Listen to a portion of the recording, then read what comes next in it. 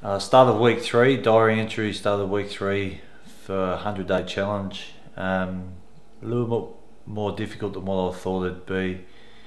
Obviously talking about doing diary entries regularly brings up a few old memories and a few dark times of when I was in the midst of my gambling addiction, which is not a time that I'm fond of looking back on. So it's been quite difficult in that regard. I guess with myself, the gambling addiction was too strong for me to stop without help, without the intervention of family and friends, and without going and receiving treatment, because it just become part of my everyday living. Was put petrol in the car, get up, dress yourself and gamble every day. That was just the way I become, and without that intervention and people there to help me to go and get treatment, I wouldn't have been able to do it by myself. So 2.5 years down the track, I owe a lot to those people that cared enough to lead me the way and show me the way of how to get help, and that they were there to support me, and I couldn't have done that without them.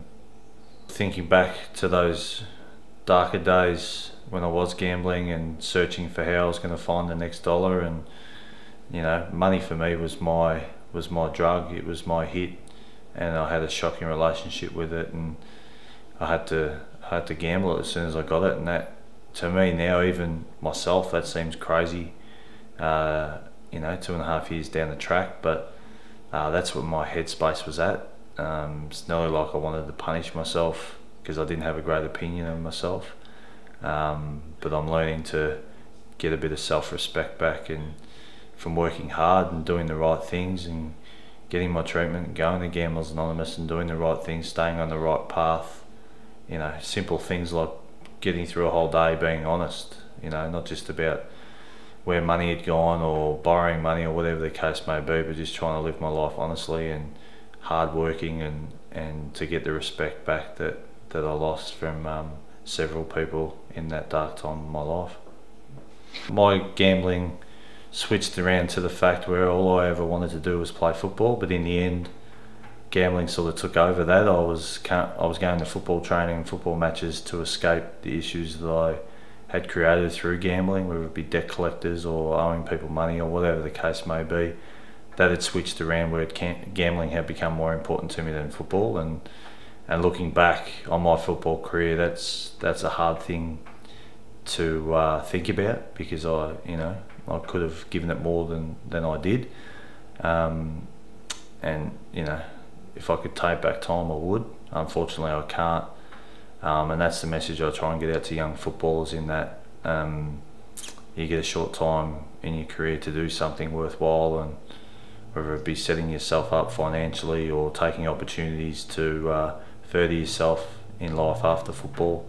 I definitely didn't take those opportunities, and if I could take back time I would, but I can't. And look, it was something that I still feel a lot of guilt and shame about now, but I have to move on with the rest of my life and try and turn a negative into a positive.